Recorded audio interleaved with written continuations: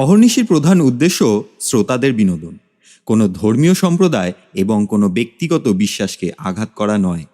আমরা আশা করব অহর্নিশির শ্রোতারা নিছক গল্প শোনার উদ্দেশ্যেই এই গল্পটি গ্রহণ করবেন। মদ্যপান, ধূমপান এবং মাদক সেবন স্বাস্থ্যের জন্য ক্ষতিকারক।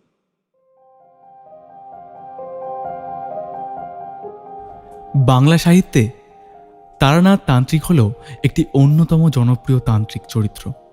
ইহলোক পরলোক সব কিছুর মিশ্রণে তৈরি গল্পগুলিতে তারানাথের মধ্যে দেখা যায় এক অতি সাধারণ সহজ সরল মানবিকতা। আর এই সহজ সরল মানুষটির গভীরে অন্তর্নিহিত রয়েছে এক আশ্চর্য জীবনবোধ। আজকে অহর্নিশির ঝুলিতে থাকছে তেমনই এক গল্প। লেখক রাজপ্রতাপ বসু রচিত তারানাথ তান্ত্রিকের ফ্যান ফিকশন ডাকিনী। তাহলে বন্ধুরা, গল্পের নাম শুনে নিশ্চয়ই বুঝতে অসুবিধা হচ্ছে না যে এই গল্পটি কতখানি রোমাঞ্চকর হতে চলেছে। তাহলে আর দেরি কিসের? চলুন শুনে ফেলি আজকের গল্প ডাকিনী।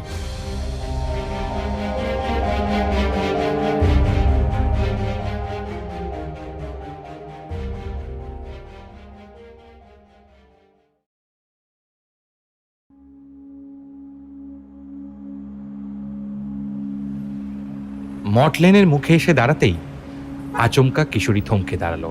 এই যা, তারানাথের প্রিয় ব্র্যান্ডের সিগারেটটাই তো নেওয়া হয়নি। তুমি এক কাজ করো, তুমি এগো, আমি আসছি। এই বলে সে ছুট্টে মোড়ের মাথার দোকান থেকে এক প্যাকেট পাসিং শো কিনতে চলে গেল। আমি তারানাথের বাড়ির সামনে এসে দরজায় কড়া নাড়তেই দরজা খুলল এক মধ্যবয়স্ক অপরিচিত ভদ্রলোক। আমায় দেখে মুখে এক গাল হাসি টেনে বলল, তা আপনি তাহলে কিশোরী সেন? তা আপনার বন্ধুটি কোথায়? আমি তার বন্ধু। কিশোরী গেছে একটু মোড়ের মাথায়, তবে ওই চক্রবর্তী মশাই বলছিলেন আপনাদের আসার কথা। আমার নাম জিতেন তালুকদার, এই পাশের পাড়ায় থাকি। গুণী মানুষের সঙ্গ করতে কার না ভালো লাগে বলুন দেখি? ভারী মজার লোক কিন্তু চক্রবর্তী মশাই। আচ্ছা বেশ, আপনারা গল্প করুন, আমি আসি। দেখি একটা নীল গণেশ জোগাড় করতে হবে আবার। আমার মুখের ওপর ঝড়ের মতন এই কথাগুলো বলে দিয়ে বিদায় নিলেন ভদ্রলোক। খোলা দরজা দিয়ে ভেতরের দিকে চেয়ে দেখলাম তারানাথ ইতিমধ্যে দাওয়ায় এসে দাঁড়িয়েছেন। মুখে সেই পরিচিত রহস্যময় হাসি। বললেন, আজও তোমরা বর্ষাতি আননি দেখছি। দেখি তবে তোমাদের ফেরার সময় আবার আগুন তন্ত্রের প্রয়োগ করতে হবে। কি যে করো তোমরা! ওর কথা শুনেই আকাশের দিকে তাকালাম। দেখলাম সত্যি ইতিমধ্যে আকাশের বুকে বিস্ফোরণের মতন কালো ও ধূসর মেঘের গুচ্ছ দল বেঁধে ভেসে বেড়াতে শুরু করেছে। এমন সময় কিশোরী এলো। আমাদের আলোচনার বিষয়বস্তুকে সম্পূর্ণ ঘুরিয়ে দিয়ে সে বলল, ফুলমতিকে তাড়ি দেওয়া হয়েছে লেকপাড়া থেকে। এই তো সিগারেট আনতে গিয়ে শুনলাম। আপনি খবর পেয়েছেন ঠাকুরমশাই? এই ফুলমতি নামটির সঙ্গে একবার পরিচয় করিয়ে দিই। সম্প্রতি লেকপাড়ায় এই নামে একটা অপরিচ্ছন্ন পাগলাটে মেয়ের আবির্ভাব হয়েছে। বেশ কতগুলো বাড়িতে সে ঝিয়ের কাজ করতে চেয়েছিল, কিন্তু কেউ রাজি হয়নি। দিন তিনেক দুজন স্কুল ফেরত বাচ্চার সাথে তাকে কথা বলতে দেখে নেয় ওই পাড়ার এক চায়ের দোকানদার। তার দাবি ফুলমতি একজন ছেলে ধরা বা ডাইনি। কোনো মতেই যেন তাকে আশকারা না দেয় পাড়ার লোক। তো সেই ফুলমতিকে আজ তাড়িয়ে দেওয়া হয়েছে সেখান থেকে।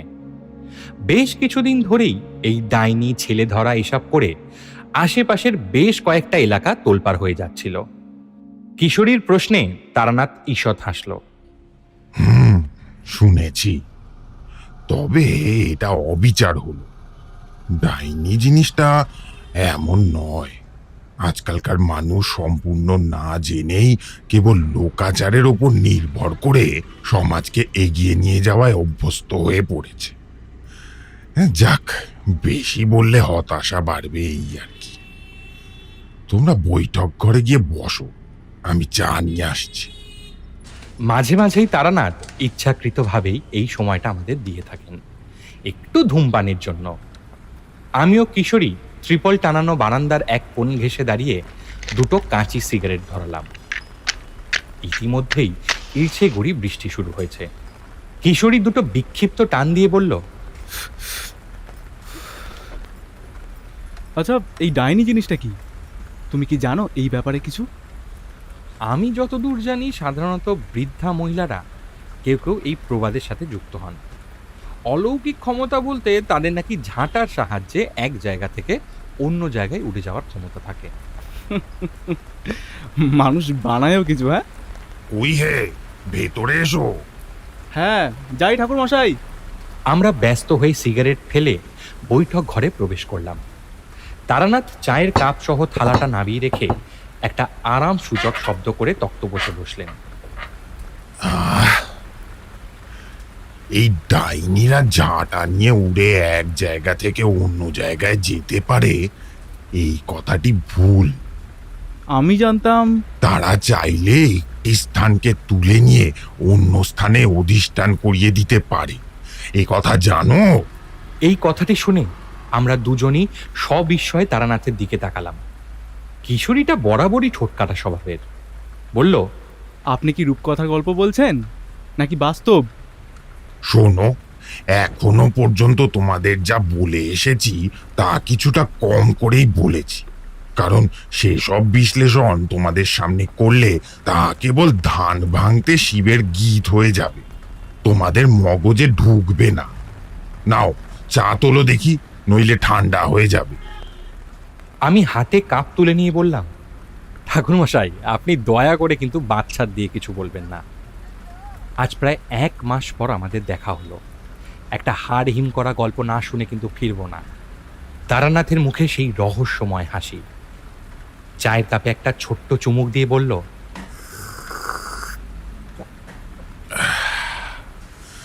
হারিম করা বলতে তোমরা যা বোঝো, আমার কাছে কিন্তু তা নয়। এই ধরিত্রীর বুকে যে জিনিসের কোনো বাস্তবিক ব্যাখ্যা পাওয়া যায় না, তেমন প্রতিটি জিনিসই হাড়হিম করা হতে পারে। কেবল বিদঘুটে চেহারার ভূত পিশাচ মামদোর দল মানুষের মনে বেশি দিন ভীতির সঞ্চার করে রাখতে পারে না। আজীবন গায়ে কাঁটা দেওয়ার মতো ঘটনাগুলিকেই হাড়হিম কথাটির তকমা দেওয়া যায়। এমন ঘটনা আমার জীবনে বিস্তর ঘটেছে, যেসব দিনগুলির কথা মনে পড়লে আজও হৃৎপিণ্ডের শব্দ স্পষ্ট কানে এসে লাগে। কিশোরী এতক্ষণ চুপ করে চা পান করছিল। এবার সশব্দে পেয়ালার অবশিষ্ট চা গলধকরণ করে বলল, বলুন না ঠাকুর মশাই, তেমন একটা ঘটনা। ও দাঁড়ান, এই এই নিন, এই নিন আপনার পছন্দের সিগারেট। তারানাথ প্যাকেট থেকে একটা সিগারেট বের করে তার ঠোঁটে ঝোলালেন। তারপর বললেন, একটা ঘটনার কথা মনে পড়ছে তোমাদের মুখে ডাইনি কথাটি শোনার পর থেকেই।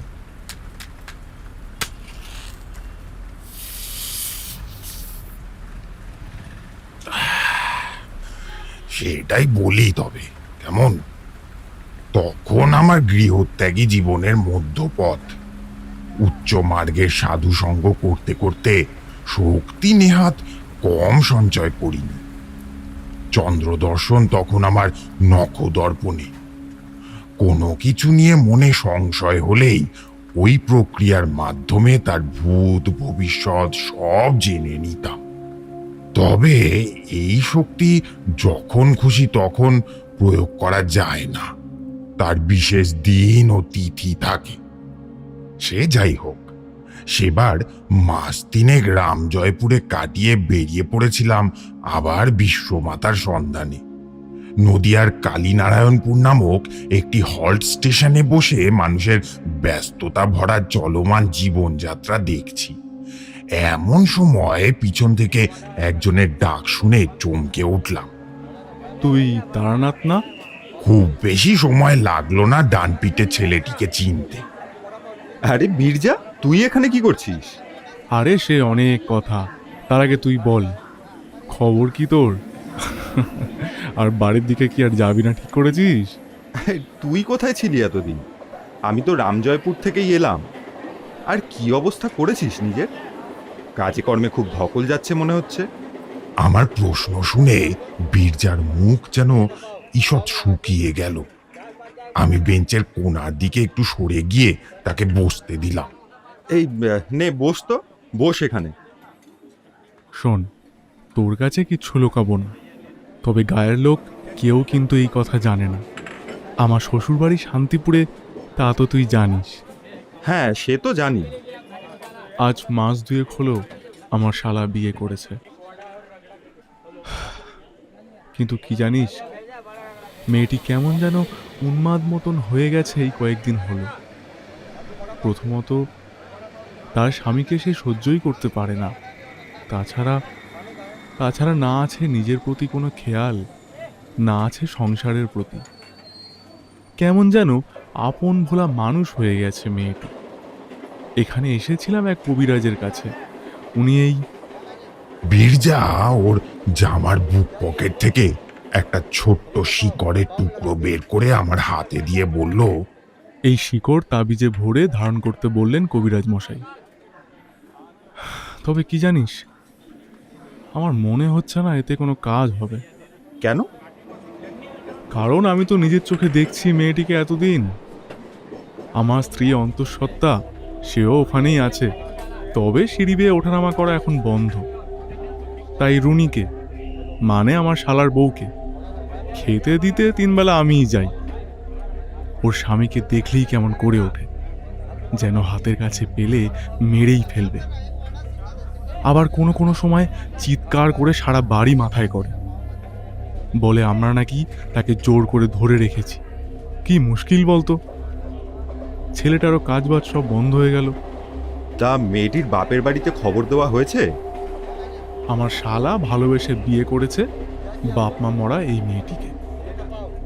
ছোট থেকে এক অনাথ আশ্রমে মানুষ হয়েছে সে। বয়স এখনো খুব বেশি যে তাও নয়, ওই 17 কি 18 হবে।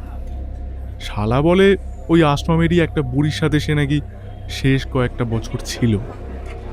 বীরভূমে বাণিজ্য করতে গিয়ে মেয়েটির সাথে তার দেখা হয় এক নদীর পাড়ে, ওই নৌকা পার হওয়ার সময়। সেখান থেকেই পছন্দ, এবং তারপরে একেবারে বিয়ে করে নিয়ে বাড়িতে ফেরে। সেই বুড়িও আর বেঁচে নেই। এখন তুই বল, কাকে খবর দেব? বীরজা থামলো।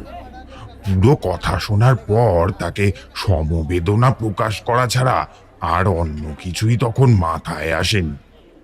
এমন সময় সে বলল, তা তোর তো এখন মনে হয় বিশেষ কোনো কাজ নেই, তা একবার যাবি আমার সাথে?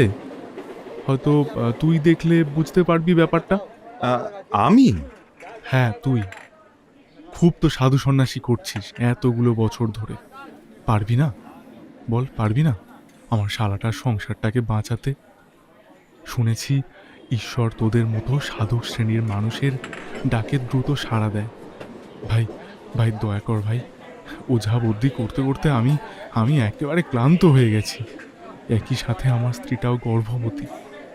অন্তত বন্ধুর এই দিকটা একবার বোঝ। জানিস তো এসব কথা সমাজে আলোচনা করলে কত দূর যাবে। এরপর আর না করা যায় না। হাজার হোক বীরজাভূষণ আমার বাল্যকালের বন্ধু। ওর সাথে চৌধুরীদের পুকুর থেকে চুরি করে কম মাছ ধরেছি। এতদিনের একটা ঘর কুড়েমির পর ইচ্ছে ছিল কোনো এক গভীর জঙ্গলে বা প্রশস্ত শ্মশানে গিয়ে এক মনে সাধনা করব, কিন্তু তা এই যাত্রায় আর হলো না। তবে আগে কি জানতাম এই কালীনারায়ণপুর স্টেশন, বীরজার সাথে দেখা হওয়া সবই অন্য একজনের ইচ্ছে ছিল। তারানাথের এই কথাটি যেন গরম তেলে জল পড়ার মতন ফুটল আমাদের মনে। কিশোরী প্রশ্ন করল, অন্য একজনের ইচ্ছায় বলতে? এখনই বললে তোমাদের বুঝতে অসুবিধে হবে। আগে পুরো ঘটনাটা মন দিয়ে শোনো তো। শান্তিপুরগামী ট্রেন ধরে যখন স্টেশনে নামলাম, তখন সূর্য মাথার উপর থাকার কথা, কিন্তু সময়টা শ্রাবণের মাঝামাঝি।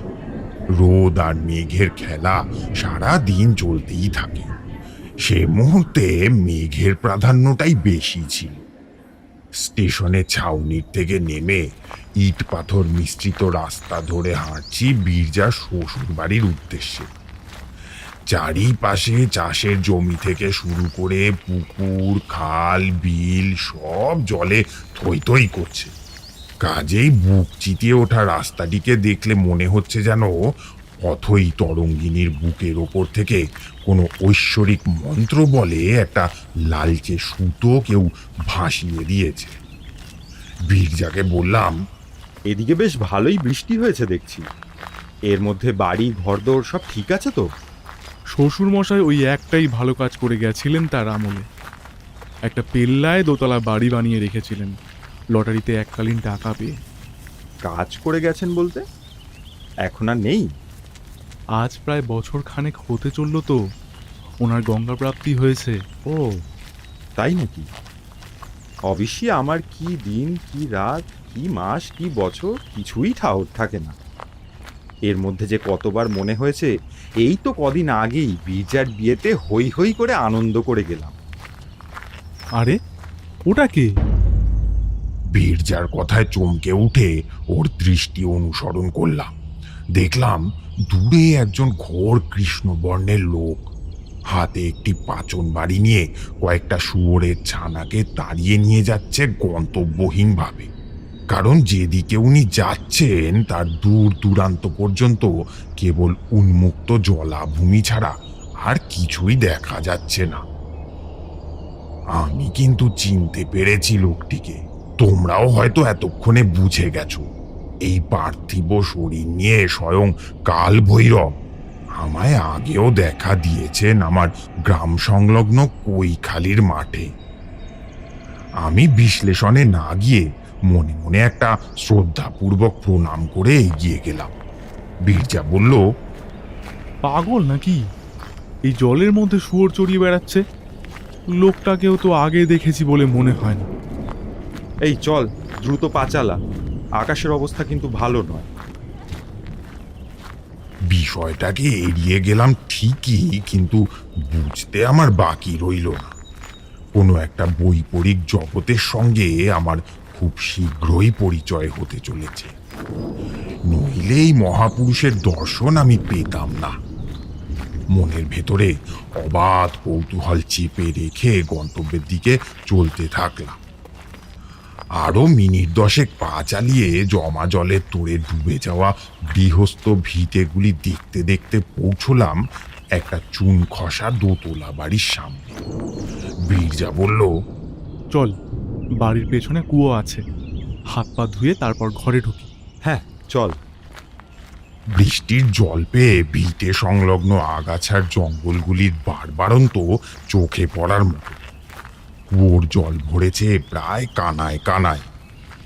বীরজা বালতিতে জল তুলে নিজের ও আমার পায়ে ঢেলে দিয়ে আবার যখন কুয়োয় পাত্রটি নামালো তখন আবার গুড়ি গুড়ি বৃষ্টি শুরু হচ্ছে। স্বভাবতই আমার চোখ আকাশের দিকে গেল, আর তখনই চোখে কিছু একটা পড়ল, আর মুহূর্তের জন্য আমি চোখে অন্ধকার দেখলাম। স্বভাবতই হাত চলে গেল চোখের ওপরে। এইসব চলতেই যে ধারালো পাতলা জিনিসটি দৃষ্টিগোচর হলো তা একটি নখের টুকরো। বীরজা বলল, কিরে, কি হলো তোর? আমি ততক্ষণে বিস্মিত হয়ে আবার ওপরের দিকে তাকিয়েছি। বীরজাও আমার দৃষ্টি অনুসরণ করলো। দেখলাম একটি মেয়ে দোতলার একটি ঘরের জানলার কাছে দাঁড়িয়ে আমার দিকে এক দৃষ্টিতে চেয়ে রয়েছে। বীরজার চোখেও পড়েছে এই দৃষ্টি নিবেদন। সে নিচু গলায় বললে, আমার শালার বউ রুনি। কিন্তু তুই চোখ ডলছিস কেন? ও কিছু না। আচ্ছা শোন, আমায় নিয়ে চল তো একবার ওর কাছে। বীরজা কথা না বাড়িয়ে আমায় ভেতর বাড়ির দিকে নিয়ে গেল। দেখলাম একজন বছর 50-এর বৃদ্ধ দোতলার সিঁড়ির থেকে ঝাড়ু দিতে দিতে নিচের দিকে নামছেন। বীরজাকে দেখে বললে, জামাই বাবা, এই দেখুন, রুনিমা আজ সকাল থেকে এই নিয়ে বেশ কয়েকবার নখ কাটলো। আমি যতবারই পরিষ্কার করতে যাই ততবারই দেখি ওপরতলার বারান্দায় নখের টুকরোয় ভরে আছে। দিন দিন কিন্তু আরো খারাপের দিকে যাচ্ছে সবকিছু। আচ্ছা ঠিক আছে, এবার তুমি যাও, নিজের কাজ করো। গায়ে বেরিয়ে এসব কথা আর কাউকে বলতে যেও না। নেহাত অনেক পুরনো লোক, তাই তোমায় এখনো কাজে রাখা হয়েছে। বীরজার ঠান্ডা ধমকে বৃদ্ধ চুপ হয়ে গেল। বীরজাকে দোষ দিতে পারলাম না, কারণ তারই বা কি করার আছে। নিজের শ্বশুর ঘরের ব্যাপারে খারাপ কিছু রটুক, এটা কেই বা চায়। আমি ওকে অনুসরণ করে সিঁড়ির পথ ধরলাম। ওপরের তলার বর্ধিত বারান্দায় এসেই শুনতে পেলাম একটা খুটখাট শব্দ। রনি নখ কাটছে। এই বলে ভ্রুকুটি করে সে উত্তর কোণের ঘরের সামনে গিয়ে হাঁক দিল। রনিমা, রনিমা, দরজা খোলো। রনি। খানিক অপ্রত্যাশিত ভাবেই এক যুবতী হ্যাঁচকা টানে দরজাটা খুলে দিল। বীরজা বলল, কি ব্যাপার, তুমি সকালবেলাতে নখ কাটছো কেন? নখ পরিষ্কার থাকে না একটু, ভেতরে রক্ত জমে জমে কেমন যেন কালো হয়ে থাকে, তাই কেটে ফেলেছি। কিসের রক্ত? জানি না কিসের, তবে আচ্ছা আচ্ছা ঠিক আছে, তুমি ভেতরে গিয়ে বসো, আমার বন্ধুটি তোমার সাথে একটু কথা বলবে। বাধ্য মেয়ের মতো সে ঘরের মধ্যে ঢুকে বিছানায় এক কোণে বসে পড়লে। আমরা ঘরের ভেতরে প্রবেশ করলাম। পায়ের তলায় রীতিমতো শক্ত শক্ত নখের টুকরো বাঁধছে, তা বেশ অনুভব করছি। আমি তার পাশে বসে প্রথমে তাকে পুঙ্খানুপুঙ্খ পর্যবেক্ষণ করে নিলাম। হাতের ও পায়ের আঙুলের মুখগুলো রক্ত ভেজা হয়ে গেছে।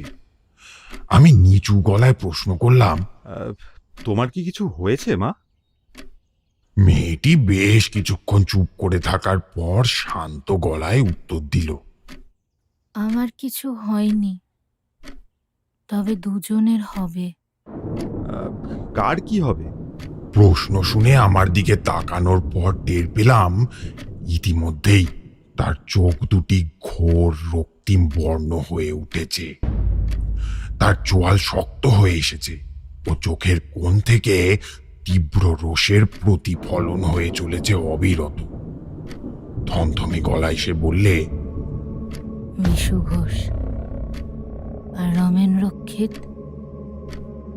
আমার হাতে পার পাবে না, প্রত্যেকে জবাব পাবে, প্রত্যেকে জবাব পাবে বলে রাখলাম, প্রত্যেকে জবাব পাবে। এই কথা শুনে আমি সন্দিগ্ধ দৃষ্টিতে বীরজার দিকে চেয়ে দেখি তার অবস্থাও ঠিক আমারই মতন। এদিকে মেয়েটিকে যে আরো কোনো প্রশ্ন করতে যাব সে সাহসও হলো না। তার মুখের অভিব্যক্তি দেখলে সেখানে বসে থাকাও দুষ্কর বলে মনে হয়। আমি বীরজাকে চোখের ইশারায় ঘরের বাইরে যেতে বলে নিজে খানিকক্ষণ রুনির কপালের দিকে চেয়ে তার বিধি বোঝার চেষ্টা করলাম, কিন্তু তা এতটাই এলোমেলো যে সঠিকভাবে তার গতিবিধি নির্ণয় করার কোনো উপায়ই নেই। কেবল এইটুকু বুঝলাম তার দেহ লক্ষণ দেখে যে সে কোনো স্বাভাবিক মানব সন্তান নয়।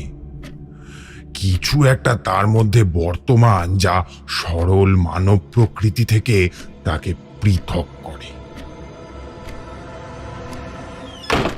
আমি ঘর থেকে বেরিয়ে আসার কয়েক সেকেন্ড পরেই আবার সজোরে ঘরের দরজা বন্ধ হয়ে গেল। কেন জানি না আমার তখনই মনে হয়েছিল সে বিছানা থেকে উঠে এসে এই কাজ করেনি, করল কোনো অদৃশ্য শক্তি। নিচের তলার বৈঠক ঘরে ফিরে এসে দেখি একজন স্ত্রীর সাথে বীরজা নিরাশ মুখে কিছু আলোচনা করছে। মুখের অস্বাভাবিকতা কাটিয়ে বললাম, কেমন আছো বৌঠান? আশা করি আমার কথা বীরজা বলেছে। হ্যাঁ, ও তো অনেক আগের থেকেই আপনাদের কথা, আপনার বাবা ঠাকুরদার কথা আমায় বলেছে। এই আজ আপনাদের সাথে দেখা হলো। তবে এমন সময় হলো। আচ্ছা, কি হয়েছে রুনির? তাকে আপনি কিছু বুঝলেন? তাছাড়া আরও কিছু ব্যাপার ঘটে চলেছে এই বাড়ির আশেপাশে, যা মোটেই না মঙ্গলজনক নয়। এই সময় এই বাড়িতে থাকাটা কি আমার ঠিক হচ্ছে? কথাটি মন্দ বলেনি বীরজা স্ত্রী। এমনকি আমিও তাকে এই কথাটি বলবো বলেই ভেবেছিলাম যে এমন অবস্থায় একজন অন্তঃসত্ত্বা মেয়ে এই বাড়িতে না থাকাই ভালো। বীরজাকে বললাম, বীরজা, তুই বৌঠানকে আজই রামজয়পুরে দিয়ে আয়। এখানে এই অবস্থায় না রাখাই ভালো। আর বৌঠান কি বলছিলে? আরো কি ধরনের উপদ্রব চলছে একটু বলো তো। উপদ্রবী বটে। উনি আপনাকে বলেননি? কি ব্যাপার বীরজা? আর বলিস কেন, যতই বোঝাই তাকে কিছুতেই বোঝে না যে এই অবস্থায় চারিদিকে জলে ভেসে গেছে। এখন এমন হবেই। বাড়ির আশেপাশে মাঝে মধ্যেই জীবজন্তুর হাড় মাথা এসব পড়ে থাকছে। আচ্ছা তুই বল, এখন তো সব পশু পাখি বন বাদার থেকে বেরিয়ে ডাঙায় এসে বসে আছে, তো তারা এখন শিকার করে কিছু তো খাবে নাকি? বীরজার কথার যুক্তি আছে, তবে কোনোদিন কি দেখেছ ভারী বৃষ্টিপাতের কারণে জঙ্গলের প্রাণী উঠে এসে গৃহস্থের মধ্যে বাসা বাঁধে? আমি তো পাকাপাকি ভাবে এক গণ্ডগ্রামের ছেলে, সেই আমি পর্যন্ত দেখিনি এমন কোনো উদাহরণ। তাই বিষয়টাকে ফেলে না দিয়ে অপার বিস্ময়ের আরেকটি পাতায় যুক্ত করলাম। বীরজা আমার কথা মতো তার স্ত্রীকে নিয়ে বেরিয়ে পড়ল রামজয়পুরের উদ্দেশ্যে। ফিরতে ফিরতে পরদিন দুপুর তার শ্যালক গেছে আরেকজন ওঝার খোঁজে। সেও নাকি ফিরবে সন্ধে নাগাদ। ফলে আমি ও সেই বৃদ্ধ চাকর দুপুরের খাওয়া দাওয়া সেরে চুপ করে বসে রইলাম বৈঠক ঘরে। সন্ধ্যা নামার খানিক আগেই ফিরে এলো বাড়ির বর্তমান স্বত্বাধিকারী, অর্থাৎ বীরজার শালা। পরিচয় আদান প্রদান ও সকাল থেকে যা যা ঘটেছে তাকে জানানোর পর সে বলল, আমিও গিয়েছিলাম এক ওঝার সন্ধানে, কিন্তু পেলাম না। কিছু ভক্তদের মুখে শুনলাম উনি নাকি বহরমপুর গেছেন ওনারই কোনো ভক্তের বাড়িতে। আগেও কি ওঝা বুদ্ধি কম এনেছি? এখন আপনিই ভরসা ঠাকুরমশাই। ছেলেটির মুখে বিষণ্ণতা দেখে মনে ভারী কষ্ট হলো। নববিবাহিতা স্ত্রীর আচরণ যদি হঠাৎ এমন অমানবিক হয়ে পড়ে, তবে স্বামীর মনের মধ্যে দিয়ে কেমন ঝড় বয়ে যেতে থাকে তা আশা করি তোমরা বুঝতে পারছো। আমি তার ঘাড়ে হাত রেখে বললাম, তুমি চিন্তা করো না যদু, আমি আমার দিক থেকে সম্পূর্ণ চেষ্টা করব রুনিমাকে স্বাভাবিক করে তোলার। তবে তোমার কাছে আমার একটা প্রশ্ন আছে, আশা করি তুমি ঠিক ঠিক উত্তর দেবে। বলুন বলুন ঠাকুরমশাই। রুনিমায়ের মুখে আমি দুজন ব্যক্তির নাম শুনলাম। একটি হলো বিশু ঘোষ আর অন্যজন হলেন রমেন রক্ষিত। এদের তুমি চেনো? ঠাকুরমশাই, এদের নাম শুনেছি আমি বাবার মুখে।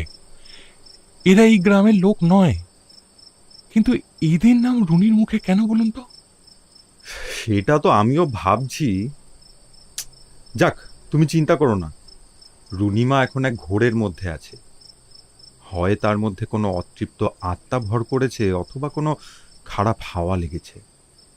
বাকিটা আমি আরো নিশ্চিত না হয়ে বলতে পারবো না, আর তাড়াহুড়ো করে এই মুহূর্তে কিছু করাটাও ঠিক হবে না।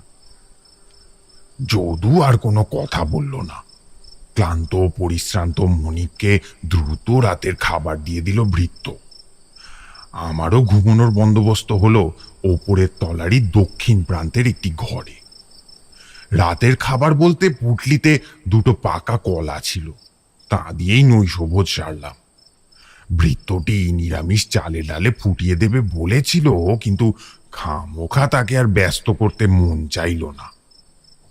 সেই রাতেই হলো এক রহস্য ভেদ।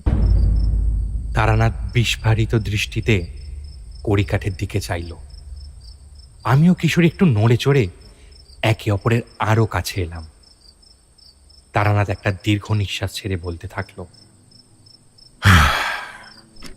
রাত তখন বোধহয় একটা কি দুটো।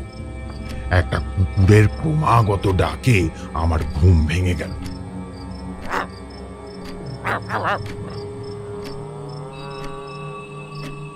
আমি খাটের উপরে প্রথমে চুপ করে বসে রইলাম মিনিট কয়েক। খানিক মনোসংযোগের পর বুঝলাম শব্দটা আসছে বাড়ির পেছন দিক থেকে। বিছানা থেকে নেমে ঘরের পেছনের দিকে জানলাটি খুলে নিচের দিকে দৃষ্টি ফেলতেই চমকে উঠলাম। শুক্লপক্ষের ঝকঝকে জ্যোৎস্নার আলোয় বুঝতে অসুবিধে হলো না যে ওখানে রুনিমা বসে কিছু একটা পড়ছে, এবং যে কুকুরটি অনবরত ডেকে চলেছে এতক্ষণ ধরে, সে তাকে উদ্দেশ্য করেই ডাকছে। রুনি ধীরে ধীরে অগ্রসর হতে শুরু করলো কুকুরটির দিকে। জন্তুটি এক পা দু পা করে পিছিয়ে যেতে শুরু করলো পরক্ষণেই। তার ডাক আরো বাড়লো রুনির এই নতুন পদক্ষেপের পর। এমন সময় চোখের নিমেষে ঝাঁপিয়ে পড়ে কুকুরটির গলায় বিশাল কামড় বসালো রুনি। বাড়ির নিচের তলা থেকে আওয়াজ পেলাম ওই ভৃত্যর। এই, এত ডাকছিস কেন রে বাঘা? এই শব্দটা রুনির কানেও বাজলো নিশ্চয়ই। তৎক্ষণাৎ হিংস্র সাপদের মতো কোনো এক অপার্থিব ক্ষমতা বলে মেয়েটি দেয়াল বেয়ে উঠে গেল উত্তরের দিকের ঘর বরাবর। আমি জানলা বন্ধ করে সেখানেই বসে পড়লাম। জ্ঞান বুদ্ধির ওপরে কোনো বিষয় হঠাৎ প্রত্যক্ষ করলে মানুষের মস্তিষ্ক কাজ করা বন্ধ করে দেয়। আমারও তাই হলো। তাই ক্ষণিকের জন্য এটা মনে হলো যা দেখছি বা যা ঘটলো আমার চোখের সামনে, সেটির মূল উদ্ধার করার মতো ক্ষমতা আমার এখনো পর্যন্ত হয়নি। এ বিরাট এক অপশক্তির কারসাজি। এখানে আমি কিছুই হয়তো করতে পারবো না। এমন সময় দরজায় করাঘাত হতেই আমি চমকে উঠলাম। কাঁপা কাঁপা পায়ে গিয়ে দরজা খুলে দেখি যদু বিস্মিত চোখে আমার দিকে চেয়ে রয়েছে। বলল, ঠাকুরমশাই, ঠাকুরমশাই, রুনির ঘর থেকে কোনো শব্দ পেয়েছেন কি? শব্দ আমি কোনো প্রকার পাইনি ঠিকই, তবে নিজের চোখে যা দেখেছি তা ব্যক্ত করব কি করে। বললাম, শোনো যদু, তুমি ওই ঘরের আশেপাশে যেও না। তোমার স্ত্রীর অবস্থা একটুও ভালো নয়। এখন চলো, কিছু কাজ করতে হবে তোমায়। মনে মনে ঠিক করেই নিয়েছিলাম ওই ঘরটাকে আমি শুদ্ধিকরণ করে চন্দ্র দর্শনে বসবো, কারণ ওই একমাত্র প্রক্রিয়া ছাড়া আমার পক্ষে জানা সম্ভব নয় যে রুনি মায়ের আসলে কি হয়েছে। কিশোরী হঠাৎ প্রশ্ন করে বসলো, আচ্ছা ঠাকুরমশাই, এই চন্দ্র দর্শন করার সিদ্ধান্ত আপনি আগে কেন নেননি তবে? ভালোই প্রশ্ন করেছো, তবে জেনে রাখো, এই চন্দ্র দর্শন প্রক্রিয়ায় নিজের ইচ্ছে মতো বসা যায় ঠিকই, তবে এর কিছু ভয়ঙ্কর কুফল আছে।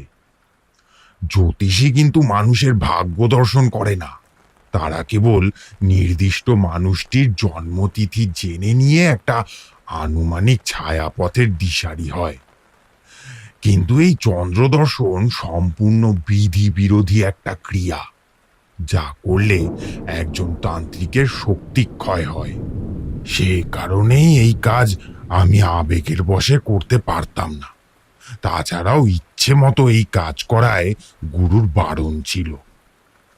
রাত শেষে ভোরের প্রথম সূর্য ওঠার আগের ব্রহ্ম মুহূর্তে এই কাজ করলে ফল পাওয়া যায় মন্ত্রের মতো। ওদিকে ঘর শুদ্ধিকরণ প্রক্রিয়ায় গৃহস্বামী উপস্থিত না থাকলে হয় না। তাই যদুকে সঙ্গে নিলাম। বললাম, এক ঘটি জল নিয়ে রুনিমায়ের ঘরের সামনে এসো, এক্ষুনি কিছু কাজ আছে। সে আমার নির্দেশ নত শিরে পালন করল। এক ঘটি জল নিয়ে আমার ঘরের সামনে আসতেই আমি তাকে নিয়ে ওই উত্তরের ঘরের বন্ধ দরজার সামনে গিয়ে দাঁড়ালাম। বললাম, তুমি ডান হাতের তর্জনী ঘটির জলে ডুবিয়ে রাখো। আমি যখন যখন বলবো তখন কেবল একবার করে জলের ছিটে দেবে দরজার উপরে।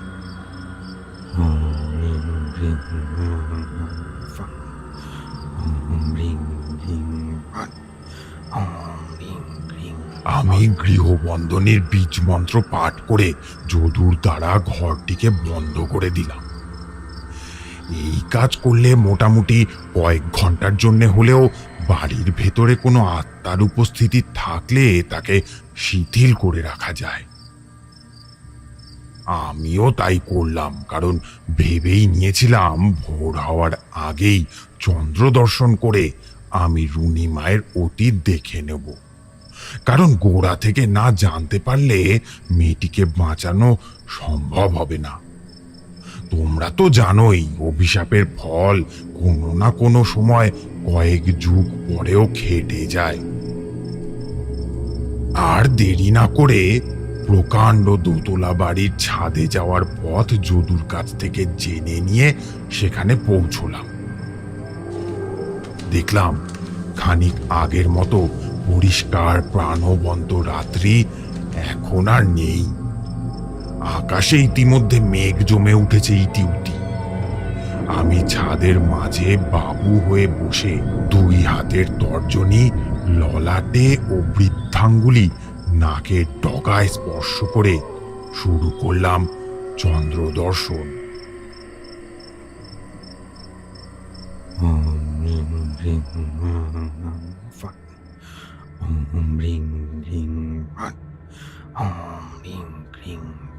মিনিট পাঁচেকের মধ্যেই চোখের সামনে ধপধপে সাদা একটি প্রান্তর উন্মুক্ত হয়ে গেল।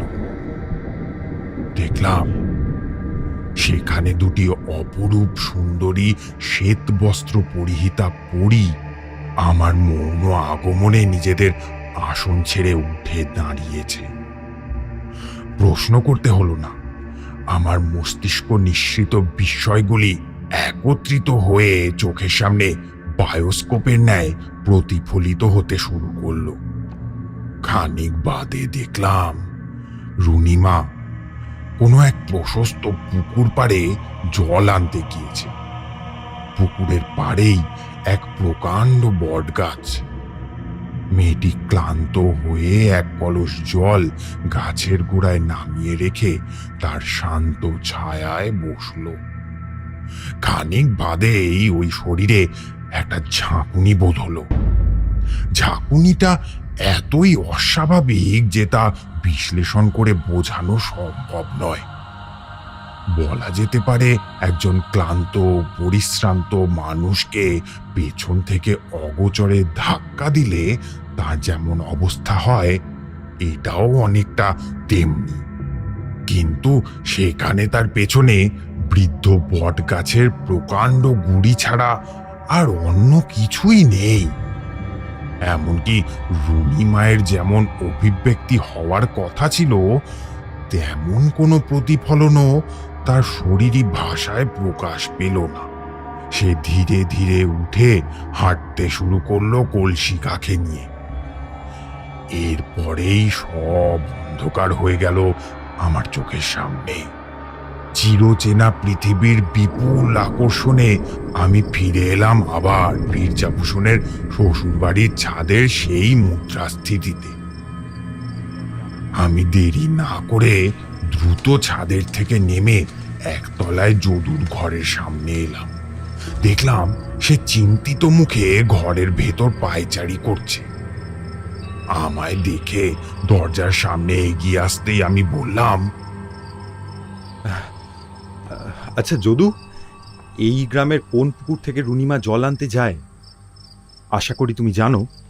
হ্যাঁ হ্যাঁ হ্যাঁ, পদ্মপুকুর। ওই তো আমাদের বাড়ির দক্ষিণ পাশে। আমায় সেখানে নিয়ে যেতে পারবে? হ্যাঁ, চলুন ঠাকুরমশাই। তবে সে পুকুর কিন্তু ভেসে গেছে এখন। জানি, তবুও চলো, যদু আমায় নিয়ে যে পুকুরটির সামনে পৌঁছিয়েছে তা বুঝতে হলো আমার চন্দ্রদর্শন প্রক্রিয়ায় প্রত্যক্ষ করা ওই গাছটি দেখে। তাছাড়া বাকি সবটাই দেখে মনে হয় আমরা কোনো অগভীর দিঘির বুকের ওপর থেকে হেঁটে চলেছি, যার মধ্যে নৌকার ভূমিকা পালন করছে গৃহস্থ বাড়িগুলো। গ্রামের দিকের মানুষ আলো ফুটতে না ফুটতেই ঘুম থেকে উঠে পড়ে। জলের মধ্যে ছপছপ শব্দ পেয়ে আমাদের পিছু পিছু একজন প্রৌঢ় ভদ্রলোক এলেন। আমি যদুকে প্রশ্ন করলাম, আচ্ছা, এই বটগাছ নিয়ে কোনো রকম অলৌকিক কাহিনী শুনেছো বা দেখেছো কখনো? আমার এমন অবাঞ্ছিত প্রশ্নে সে সম্পূর্ণ নাস্তানাবুদ হয়ে পড়ল। খানিক ভেবে বলল, না, আমি তো তেমন কিছু শুনিনি। ছোট থেকেই একটু ঘর কোনো স্বভাবের ছেলে ছিলাম ঠাকুরমশাই। আর এই গ্রামের পুকুরটিতে তেমন কেউ স্নান করতে আসতো না। সবাই যেত ওই ওই মতি ঝিলের ডাঙায়। আচ্ছা আচ্ছা, ওই তো সুকুমার কাকা রয়েছে, উনি অনেক পুরনো লোক, উনি হয়তো বলতে পারবেন। আগন্তুক আমাদের কথোপকথন শুনছিলেন। জল কেটে এবার একটু এগিয়ে এসে বললেন, আমি যতদূর জানি, লক্ষ্মী নামের একটা বুড়ি এই বটগাছের তলায় ছোট কুটির করে থাকতো। মাঝে মাঝে গ্রামে ভিক্ষা করতে বেরোতো, আর বাকি সময় ঘরেই থাকতো। যখন এর কথা বলছি তখন যদু অনেক ছোট। সে সময় আশেপাশের গ্রামে, এমনকি এখানেও 5 বছরের থেকে কম বয়সী শিশুদের হঠাৎ কালান্তর রোগ হতে শুরু করলো।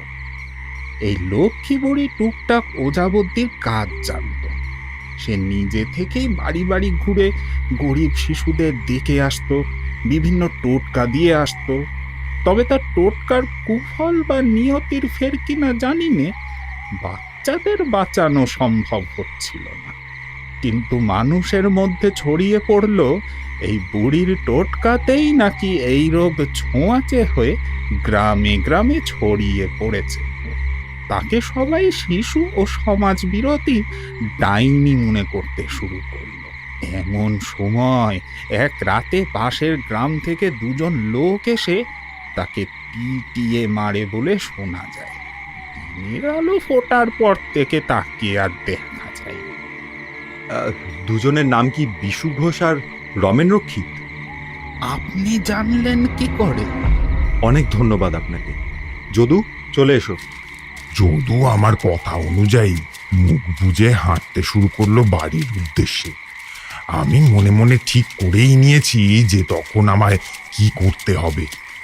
বাড়িতে ফিরে এসে যদুকে বললাম, আমায় একটু সাদা সর্ষে এনে দিতে পারবে?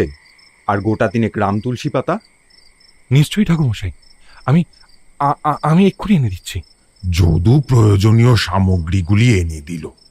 আমি কয়েক দানা সর্ষে ও তুলসী পাতাগুলি ডান হাতের মুঠোতে নিয়ে উত্তরের ঘরের সামনে পৌঁছলাম। শুনতে পেলাম ঘরের ভেতর থেকে একটা চাপা গুনগুন শব্দ ভেসে আসছে।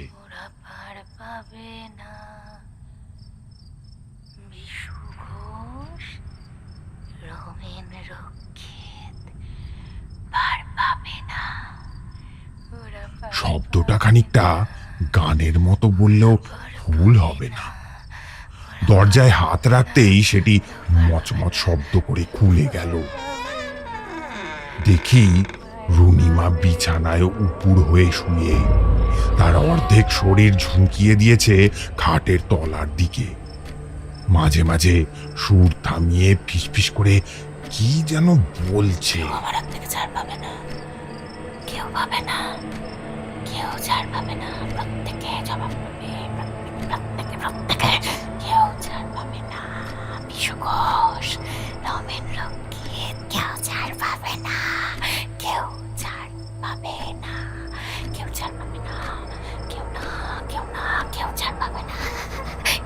পরক্ষণেই আবার শুরু করছে একই সুর।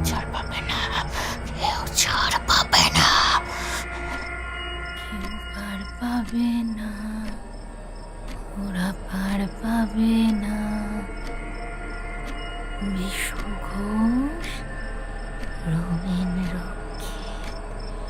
আমি সর্ষের দানা ও রামতুলসীর পাতাগুলি হাতের মাঝে পাকিয়ে নিয়ে তাতে হাঁকিনি ও প্রেতাত্মা তাড়ানোর মন্ত্র পড়ে দিয়ে ভাসিয়ে দিলাম তাকে লক্ষ্য করে। রুনিমায়ের শরীরে সেই ধাক্কাটি প্রত্যক্ষ হলো যেটি আমি চন্দ্র দর্শন করার সময় লক্ষ্য করেছিলাম সেই বটগাছের তলায়। তার ঝুঁকে থাকা শরীরটি এক ঝটকায় মেরুদণ্ড সোজা করে বিছানার মাঝে বসে পড়ল। তার চোখ অসম্ভব রকম স্থির। আমি প্রশ্ন করলাম, আমি জানি তোমার নাম লক্ষ্মী এবং তুমি প্রতিশোধ নিতে চাও, কিন্তু এই মেয়েটিকে এভাবে দিনের পর দিন শেষ করে ফেলছো কেন? কি করেছে এ তোমার? উত্তরটা এলো বিছানার তলার আলো আধারি থেকে। যে ডাইনি ছিল না তাকে ওরা মেরে দিল, আর যে আসল ডাইনি তাকে তোরা চিনতেও পারলি না।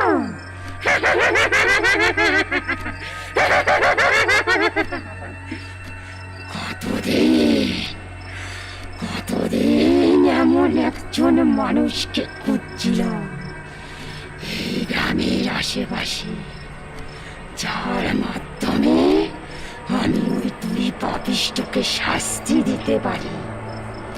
সেদিন বটগাছের তলায় মুনিকে ভালো করে দেখেই বুঝতে পারলাম ওর মধ্যে কিছু খারাপ করার প্রবণতা রয়েছে। তুই তুই তুই তো সাধু সন্ন্যাসী করিস, এটা বুঝতে পারিসনি সে যে একজন ডাকিনী। বিছানার তলার কালো অন্ধকার থেকে এতটুকু কথা ভেসে এসে থেমে গেল। আমার দৃষ্টি এতক্ষণে ঝাপসা হয়ে এসেছে শ্রবণে মনোযোগ দিয়ে থাকার কারণে। এবার পলক ফেলে সেটি আবার নিমায়ের দিকে ফেললাম। তার মুখে একটা পৈশাচিক হাসি ভেসে উঠে আবার মিলিয়ে গেল। নিচু গলায় বললে,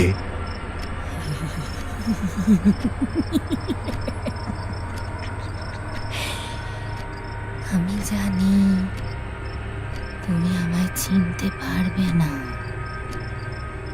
তবে আমার সঙ্গে পরিচিত একজন মানুষকে তুমি খুব ভালো করে চেনো।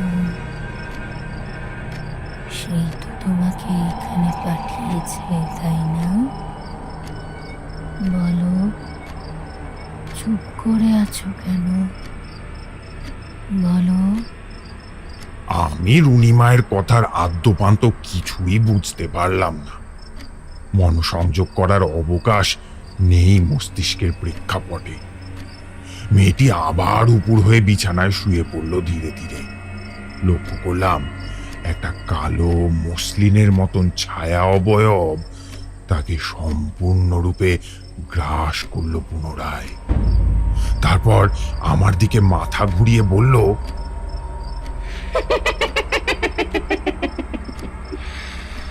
আগামী অমাবস্যায় রমেন বিশু মরবে।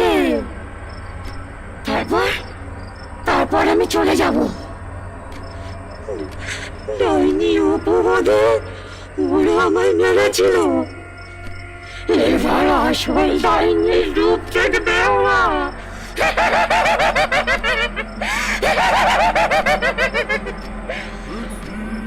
ডাইনি বাইরে পেটে থেকেও ফুলের রক্ত চুষে নেওয়ার ক্ষমতা রাখে। তুই তো নিতান্তই ভগবান, তোকেও সে ছাড়বে না। আমি তো দেখেই বুঝেছি, কিন্তু তোরা ধরতে পারিসনি।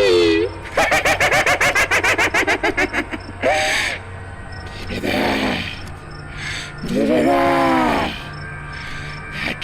সে ডাকিনি।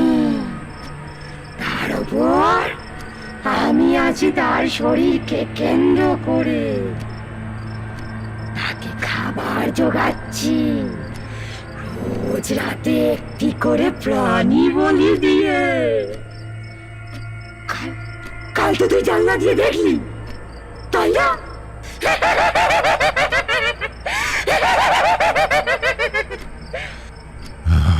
আমি আমি তখন আমার সম্পূর্ণ বিচার বুদ্ধি হারিয়ে ফেলেছি। ভয়ে ও বিস্ময়ে জর্জরিত হয়ে কণ্ঠ বুঝে এসেছে আমার। এক প্রশ্নের উত্তর খুঁজতে গিয়ে তখন আমি দাঁড়িয়ে পড়েছি আরো বেশ কয়েকটি প্রশ্নের মুখে। যদু আমার পেছনেই দরজার কাছে দাঁড়িয়েছিল। সে ভয় পেয়ে কখন পালিয়েছে তা ঠাহর করতে পারিনি। মনে মনে ইষ্টকে স্মরণ করে দরজাটি ভেজিয়ে দিয়ে নিচে চলে এলাম। দেখলাম বীরজা ইতিমধ্যে এসে পৌঁছেছে বাড়িতে। তার সামনে মেঝেতে বসে যদু। তার দুই চোখ যেন কোটর থেকে বের হয়ে আসছে। বীরজা প্রশ্ন করলো, কি হয়েছে ভাই? সব কিছু ঠিক আছে তো? যদু যদু এমন করছে কেন? বীরজা, আমায় এক গ্লাস জল খাওয়াতে পারিস? সত্যি বলতে কি বলবো তা কিছুতেই বুঝে উঠতে পারছিলাম না। বীরজা জল এনে দিলে আমি তা আকণ্ঠ পান করে একটু ধাতস্থ বোধ করলাম।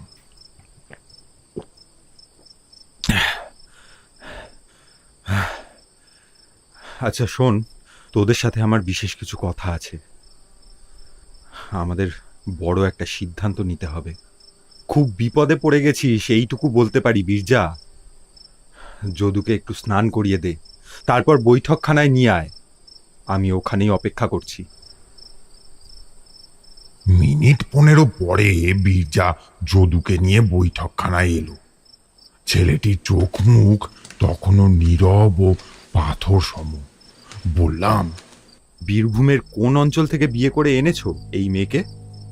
ওর ছোটবেলার ব্যাপারে আমি জানিও না ভালো করে। আমি ওকে নিয়ে যেদিন চলে আসব সেদিন এক পাগলি বুড়ি আমায় বারণ করেছিল। বলেছিল, ওরে হতভাগা, রুনি আমার কাছেই ছিল এতদিন। আমি জানি সে কেমন মেয়ে। দেবে না, সংসার করতে দেবে না, ও সংসার করতে দেবে না। তখন রুনি বলেছিল, বুড়িটা একেবারে পাগল হয়ে গেছে। ভাগ্যিস আপনি এসে আমায় বাঁচালেন। আমার কিন্তু ততক্ষণে মনে পড়ে গিয়েছে বীরভূমের শ্মশানের মাতঙ্গিনীর কথা, অর্থাৎ মাতু পাগলির কথা। বললাম, যে নদী তুমি পার হচ্ছিলে তার নিকটবর্তী কোনো শ্মশান ছিল? হ্যাঁ, শ্মশানই তো ছিল। আমি রুনির যে আশ্রিতা বুড়ির কথা বলছি, সে ওই শ্মশানই একটা কুটিরে থাকতো। নাম মানে তার নাম জানা আছে? নাম তো জানি না। রুনির কাছে শুনতে চেয়েছি বেশ কয়েকবার, কিন্তু সেও বলেনি। আমার সেই বিহবল অবস্থায় মাথায় একটাই সিদ্ধান্ত বিদ্যুতের গতিতে এসে দাঁড়ালো। তা হলো, আমায় যেভাবেই হোক মাতু পাগলির শরণাপন্ন হতেই হবে। একমাত্র সেই পারে আমায় সঠিক পথ দেখাতে। বললাম, আচ্ছা, এই বাড়ির থেকে শ্মশান কত দূর? কোন দিকটায় পড়ে? এই তো বাড়ির পেছনের জঙ্গলটার ওপারেই 3টে তাল গাছ দেখা যায়। ওর গোড়াতেই শ্মশান। কিন্তু কেন বলতো? আমার একটু কাজ আছে, তোরা বাড়িতেই থাক, আমি আসছি। আর শোন, আজকের দিন গেলেই কাল অমাবস্যা। আমার বিশ্বাস অনুযায়ী কাল রাতে এক মারণ দুর্ঘটনা ঘটবেই। মনে রাখিস, যে ক্ষুধার্ত আত্মা রুনিমায়ের শরীরে প্রবেশ করেছে প্রতিশোধ নেওয়ার নিমিত্তে, তার থেকেও অনেক বেশি ভয়ঙ্কর শক্তির অধিকারী রুনিমা নিজেই। সে ডাকিনী সিদ্ধ এক সাধিকা, এবং এই জাতীয় সাধিকারা এমনি মায়াজাল দেখাতে পারে যা খালি চোখে দেখলে ধরা সম্ভব নয়। সেই কারণেই আমি বুঝতে পারিনি শুরুতে। যদুকে বিয়ে করাটা উপলক্ষ মাত্র। তার একটা সূত্র প্রয়োজন ছিল লোকালয়ে এসে বসবাসে, তাই সে যদুকে মাধ্যম করেছে। যদিও সম্পূর্ণ ব্যাপারটা নিশ্চিত হতেই আমি যাচ্ছি, তবে যদু, এটাই যদি বাস্তব হয় তবে তোমায় এই তিক্ত বাস্তবটাকে মেনে নিতেই হবে। আমি নিজে এই জাতীয় এক সাধিকার মায়াজালে জড়িয়েছিলাম ওই বীরভূমেরই এক গ্রামের নদী তীরে শ্মশানে। যাক, অত সময় আমার হাতে নেই, তোরা বাড়ি ছেড়ে কোথাও যাস না। এতটুকু বুঝিয়ে আমি বেরিয়ে পড়লাম শ্মশানের উদ্দেশ্যে। হাঁটু সমান আগাছার জঙ্গল পেরিয়ে দৈত্যের মতো মাথা উঁচিয়ে থাকা 3টে তাল গাছের গোড়ায় পৌঁছে দেখলাম কাদা গোলা অথই জলের ওপর পোড়া কাঠ ভেসে উঠে ইতস্তত গাছের কাণ্ডে ও আগাছায় আটকে আছে। অপেক্ষাকৃত যে ফাঁকা জায়গাটিতে এই পরিবেশের ব্যাপ্তি, সেইটাই বোধহয় এই অঞ্চলের শ্মশান, তা অনুমান করে নিলাম। তোমরা তো জানোই, নিম্নতন্ত্রের অধিকারী সাধক বা সাধিকাদের জন্য প্রশস্ত বাসস্থান হলো এই শ্মশান ভূমি। আমাদের মতো পথচারী সন্ন্যাসী বা তান্ত্রিকদের কিন্তু শ্মশান কেন্দ্রিক জীবনযাপন করার ছিল না। কেবল কিছু কিছু বিশেষ সাধনা করার নিমিত্তে এই সব অঞ্চলে যেতে হতো। আমি আশপাশটা ভালো করে দেখে নিয়ে অপেক্ষাকৃত একটা উঁচু জায়গায় কোমর ডুবিয়ে বসলাম মাতু পাগলির আরাধনায়। নিম্নতন্ত্রোক্ত বিদ্যার অধিকারীদের শরণাপন্ন হওয়ার একটা বিশেষ বীজ মন্ত্র আছে। মাতু পাগলির নাম স্মরণ করে শুরু করলাম সেই বীজ মন্ত্র পাঠ।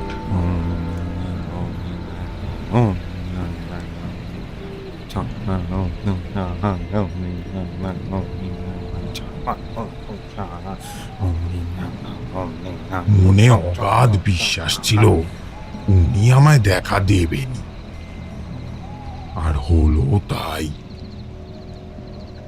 কতক্ষণ পরে জানি না একটা মৃদু কাশির শব্দে আমি সজাগ হয়ে বসলাম। পরক্ষণে শুনতে পেলাম,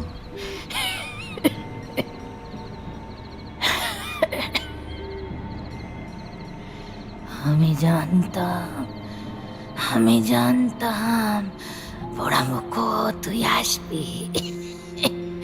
আমি জানতাম তোকে তো আমি এনেছি। শোন, ওই রুনি আমার কাছে ছিল বেশ কয়েক বছর। ওর শরীরে তন্ত্র শিক্ষার জ্যোতি দেখেছিলাম।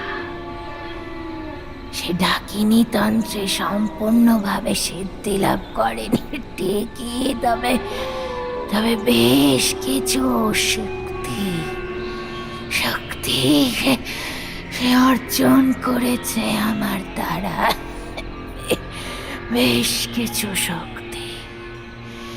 তুই তো ছিলি কদিন, তুই তো ছিলি, তবে তুই সেই তারানাতি রইলি।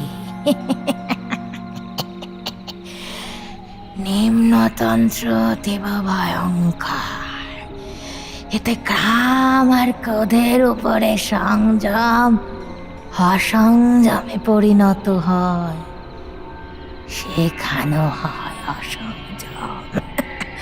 বৈষয়িকতার কোনো স্থান এখানে নেই, কিন্তু সে যদুর রূপ আর অর্থের প্রাচুর্যের লোভ সামলাতে না পেরে বিয়ে করেছে। আমি জানতাম বিয়ের কিছু মাস পর থেকে ওই রুনির ঋণাত্মক শক্তি তার ভেতরকার ডাইনিকে ধীরে ধীরে জাগিয়ে তুলবে। তাই হয়েছে। আর তার মধ্যেকার আত্মা লক্ষ্মী সে এক নিরীহ বৃদ্ধা। তাকে তুই প্রতিশোধ নিতে আটকাস না, কোনদিন আটকাস না। তবে মা, রুনিমা যদি খুন করতে অগ্রসর হয় ওই বিশু আর রমেন রক্ষিতকে, তবে তো সবাই তাকেই খুনি ভাববে, কারণ সেই বৃদ্ধার আত্মাকে তো কেউ দেখতে পাবে না। হোলা উঠা, আমি সব ভেবে এই কথা বলি। লক্ষ্মী রুনির উপরে ভর করেছে, সে ডাইনি বলে, অন্য কোনো কারণে কিন্তু নয়। তবে সে আগেই অন্য মানুষের ভিতরে সঞ্চার হয়ে প্রতিশোধ নিতে পারত।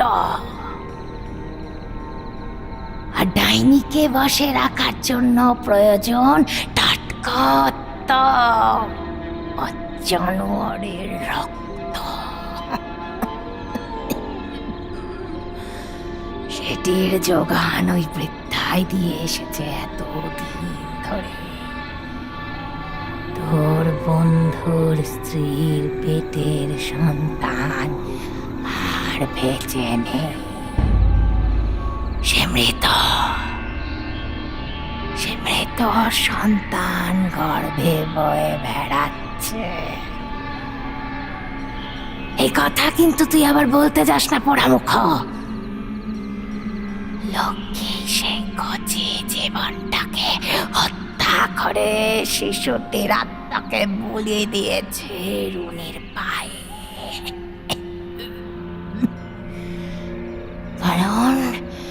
কারণ ওই বৃদ্ধা এই বিষয়ে দৃঢ় প্রতিজ্ঞ যে একজন ডাইনি সত্তার মানুষের হাতেই তার হত্যাকারীদের প্রাণ নাশ করবে। নিজের বন্ধুর সন্তানের ব্যাপারে এমন এক হৃদয় বিদারী কথা জানতে পেরে আমার তখন মূর্ছা যাওয়ার অবস্থা। কাঁপা কাঁপা গলায় বললাম, মা, তাহলে উপায়? ওই চটকা গাছের গোড়ায় দেখবি একটা মেয়ের মৃতদেহ আটকে আছে। বোধহয় ভিন গ্রাম থেকে ভেসে এসেছে। ওটিকে কাঁধে করে নিয়ে গিয়ে ওই বাড়ির পিছনে রাখবে।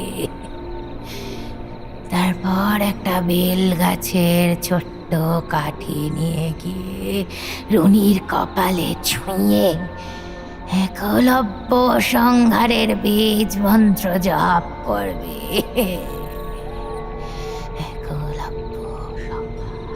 সেটা 3 বার জপ করলে তার শরীর নিস্তেজ হয়ে পড়বে। টানা 3 মাস মারণ ব্যাধিতে ভুগবে সে। সেখান থেকে বাঁচিয়ে ফেরাতে পারলে সে বাঁচল, নইলে উচ্ছন্নে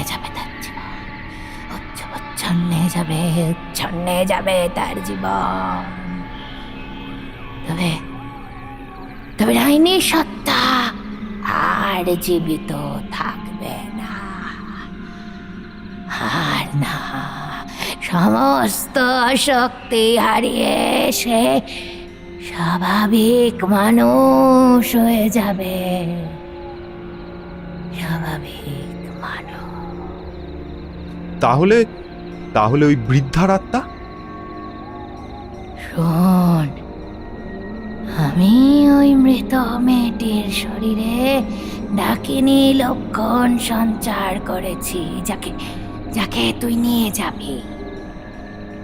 তুই লক্ষ্মীর আত্মাকে নির্দেশ দিয়ে ওই মরদেহটিকে চিনিয়ে দিবি, কেমন? সে এখন নরককুলের অধিবাসী হওয়ায় ঠিক চিনতে পারবে এই দেহের লক্ষণগুলো, ঠিক চিনতে পারবে। যেমন চিনেছিল, যেমন ওই রুনিকে ওই পুকুর ঘাটে চিনেছিল, ঠিক সেরকম। সেও মুক্তি পাক প্রতিশোধ নিয়ে, আর মেয়েটিও বেঁচে যা, এই কামনাই করি। যা যা যা যা যা যা, দেরি করিস না, যা যা যা যা। এমন সময় অনেক দূরে একটা মোটা গাছের ডাল ভেঙে পড়া শব্দ কানে এলো। চোখে মুখে জল ছিটে আসতেই চেতনা ফিরে পেলাম। বুঝলাম মাতু পাগলি প্রস্থানের চিহ্ন স্বরূপ এই গাছের ডালটি ভেঙে দিয়ে গেল। আমি আর দেরি না করে উল্লেখিত চটকা গাছের গোড়ায় পৌঁছতেই যে মৃতদেহটি দেখলাম তা প্রত্যক্ষ করার পর আমার শরীর হিম হয়ে গেল। কিশোরী ধরা গলায় জিজ্ঞাসা করলো, কি দেখলেন ঠাকুর মশাই? দেখলাম এই মৃতদেহ সেই ষোড়শী বালিকাটির যার রূপ নিয়ে প্রথমবার আমায় মাতু পাগলি দেখা দিয়েছিল।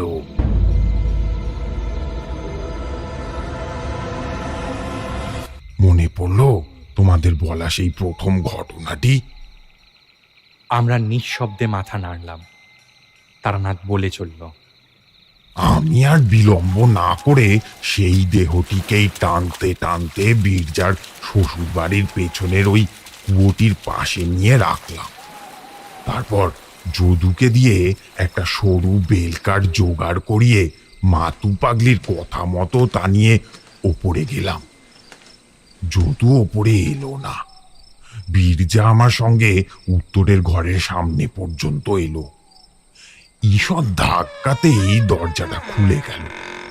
দেখলাম ঘরের এক কোণে 2 হাঁটুর মধ্যে মাথা গুঁজে বসে আছে রুনিমা।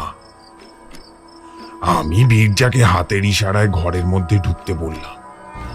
সে বরাবরই ডান পিঠে ধরনের ছেলে। ভয় বিষয়টা আমি ছোট থেকেই তার মধ্যে দেখিনি। একলব্য সংহারের মন্ত্র আমার জানাই ছিল, কারণ আগেই তো বললাম ততদিনে ছোট বড় মিশিয়ে অনেক সাধু সন্তের সাথেই আমার পরিচয় হয়েছে। তাদের থেকেই শিখে নিয়েছিলাম বিভিন্ন ধরনের হাকিনি ও ডাকিনি জব্দ করার মন্ত্রসমূহ। আমি মন্ত্র উচ্চারণ করতে করতে 1 পা 2 পা করে এগিয়ে গেলাম তার দিকে।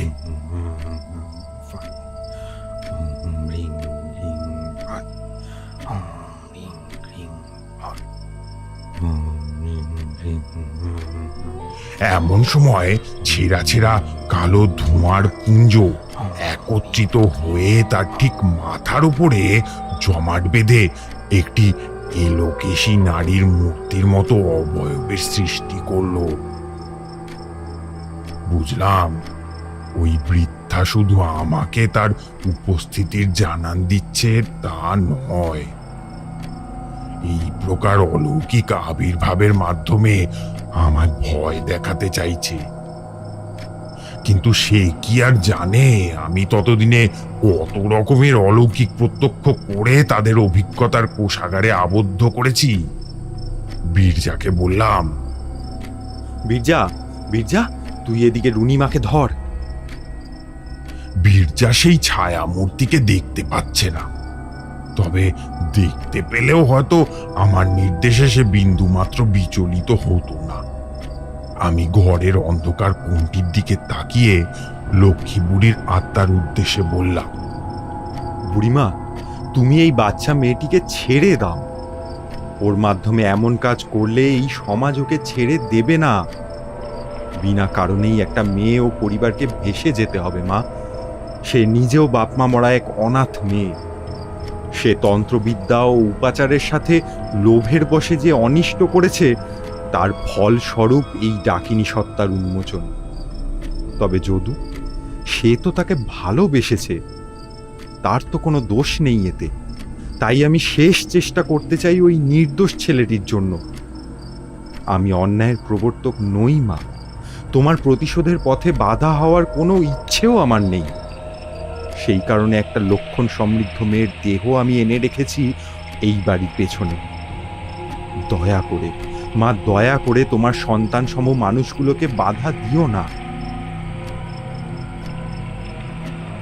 বীরজা আমার মুখের দিকে হাঁ করে চেয়ে রইল।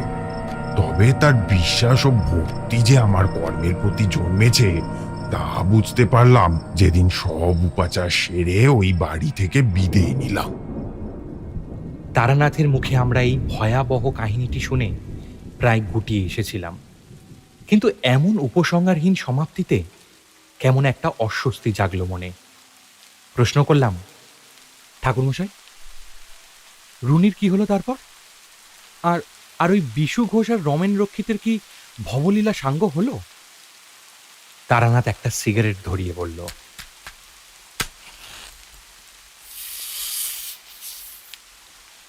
রুনি এক ভয়ঙ্কর জ্বরে পড়ল।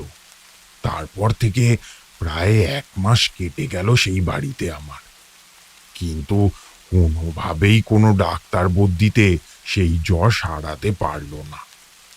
উপায় বলতে আমার কাছে তখন একটাই, জড়াসুরের পুজো। কিশোরী উত্তেজিত হয়ে উঠল। একদম ঠিক বলেছ। তবে তার পরিণতিটা মনে আছে তো? যে এই পুজোর সংকল্প করবে, পুজো হয়ে যাওয়ার ঠিক 6 মাসের মাথায় তার মৃত্যু হবে, যে কারণে আমার ঠাকুরদা আমায় ছেড়ে চলে গিয়েছিলেন। তাই এই ক্ষেত্রে আমি উপায় জানলেও তা বাস্তবায়িত করার মতো সাহস দেখাইনি। কেবল একটা মন্ত্রপুত জবা ফুলে কাল ভৈরবের যন্ত্র স্থাপন করে তার রুনির কপালে ছুঁয়ে রোজ ইষ্টনাম করার পরামর্শ দিয়ে এসেছিলাম। তবে যেদিন আমি বেরিয়ে আসি সেদিন ঘটল এক ঘটনা।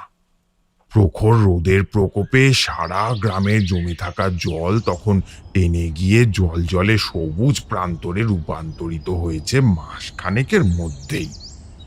গ্রাম পেরিয়ে স্টেশনে পৌঁছনোর আগে ঠিক যে জায়গায় আসার সময় সেই শুয়োরের পালকের দেখা পেয়েছিলাম, সেদিনও তাকে যথাস্থানে দেখতে পেলাম।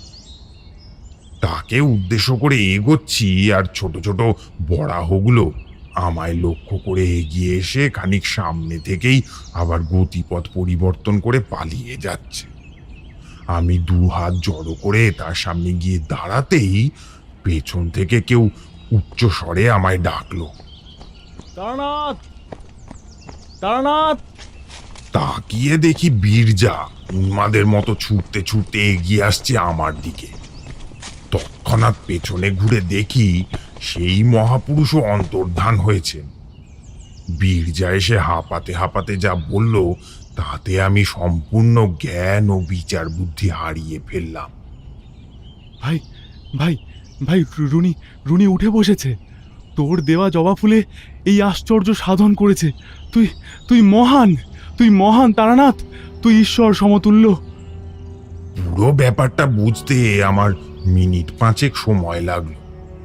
ঘটনার অন্তিমে আমি তার সাহায্য পাবো বলে পূর্বেই সে আমায় দেখা দিয়েছিলেন।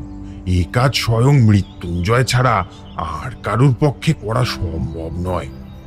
মহাদেব গরল মন্থন কালে কাল ভৈরব রূপ নিয়েছিলেন ঠিকই, তবে অন্যধারে তিনি নিশ্চিত মৃত্যুকে বা বিধির লিখনকে পরিবর্তন করে দেওয়ার মতো এক অবতার।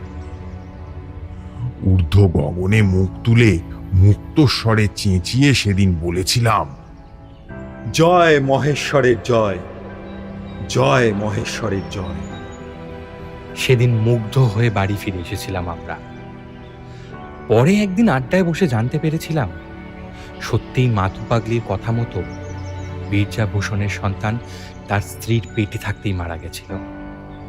যদিও তারা নিজেরাই বিষয়টাকে মেনে নিয়েছিল এক অমঙ্গলজনক পরিবেশে অন্তঃসত্ত্বা অবস্থায় বসবাস করার স্বরূপ হিসেবে। তবে খারাপ লেগেছিল একটি কথা জেনে, বীরজার আর কোনোদিনও সন্তান হয়নি।